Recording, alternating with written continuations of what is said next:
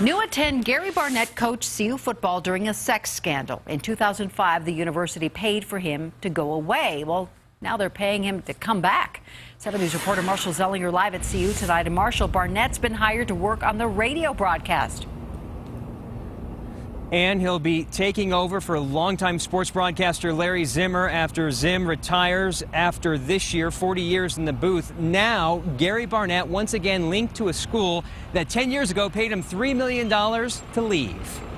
He led CU to a #3 ranking in the Fiesta Bowl in 2001. Then in 2005, Gary Barnett was fired after blowout losses, a recruiting scandal, and sex assault claims against players. Certainly, we know what's happened in the past. Our focus is on the future and what's best for CU. Athletic Director Rick George talking with 7 News after announcing that Barnett has been hired once again by CU, this time to do color commentary on radio broadcasts, replacing the retiring Larry Zimmer next year. Doesn't come with controversy with me. We're doing the right thing for CU.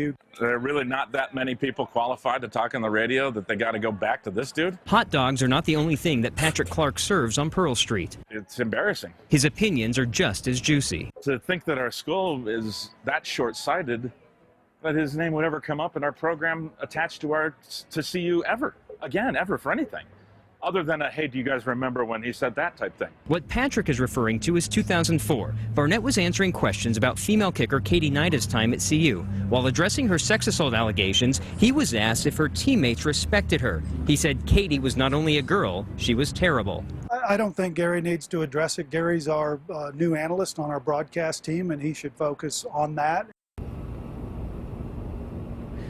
Tonight, I reached Barnett by phone at his home. I asked him if he wanted to respond to any of the resistance. He politely declined. He'll actually be on the air on the radio twice this year. He's going to travel with the team to UCLA, and he'll be there in the final game that Larry Zimmer calls on the radio against Utah on November 28th. Reporting live at CU, Marshall Zelinger, 7 News.